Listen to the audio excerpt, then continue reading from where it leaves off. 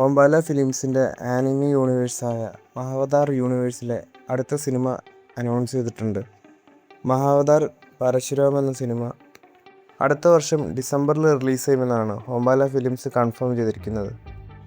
ഈ ഒരു യൂണിവേഴ്സിലെ ആദ്യ സിനിമയായ മഹാവതാർ നരസിംഹ എന്ന സിനിമ 300 കോടിയോളം രൂപ വേൾഡ് വൈഡ് ബോക്സ് ഓഫീസിൽ കളക്ഷൻ നേടിയതാണ്.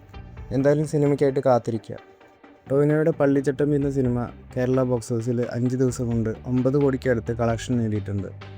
സിനിമയുടെ വേൾഡ് വൈഡ് കളക്ഷൻ 12 കോടി 50 ലക്ഷമാണ്. 18 ദിവസത്തെ വാഴ 2 സിനിമയുടെ വേൾഡ് വൈഡ് കളക്ഷൻ എത്രയാണെന്ന് നോക്കാം. കേരളത്തിൽ 111 കോടി 38 ലക്ഷം, കർണാടകയിൽ 7 കോടി, റെസ്റ്റ് ഓഫ് ഇന്ത്യയിൽ 6 കോടി, ഓവർസീസിൽ ടോട്ടൽ 83 കോടി 10 ലക്ഷം. അങ്ങനെ സിനിമയുടെ ടോട്ടൽ വേൾഡ് വൈഡ് കളക്ഷൻ 207 കോടി 48 ലക്ഷമാണ്. ഭരതനാട്യം സിനിമ 20 കോടി ക്ലബിലേക്ക് ഇടം നേടിയിട്ടുണ്ട്. സിനിമയുടെ 10 ദിവസത്തെ വേൾഡ് വൈഡ് കളക്ഷൻ എത്രയാണെന്ന് നോക്കാം. കേരളത്തിൽ 12 കോടി 30 ലക്ഷം, റെസ്റ്റ് ഓഫ് ഇന്ത്യയിൽ 1 കോടി, ഓവർസീസിൽ 8 കോടി 42 ലക്ഷം. സിനിമയുടെ ടോട്ടൽ കളക്ഷൻ 21 കോടി 70 ലക്ഷമാണ്.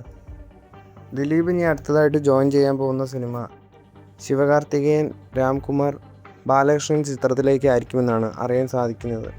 മമ്മൂക്ക അടൂർ ഗോപാലകൃഷ്ണൻ സിനിമയായ പദയാത്ര ഫിലിം ഫെസ്റ്റിവൽസിൽ റിലീസ് ചെയ്തതിന് ശേഷമായിരിക്കും OTTയിൽ റിലീസ് ചെയ്യുക എന്നാണ് അറിയാൻ സാധിക്കുന്നത്.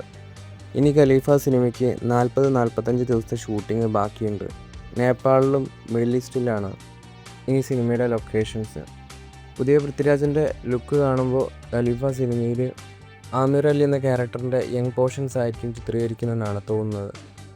ഈ വർഷം ഓണം റിലീസാണ് ഖലീഫ സിനിമ പ്ലാൻ ചെയ്യുന്നത്.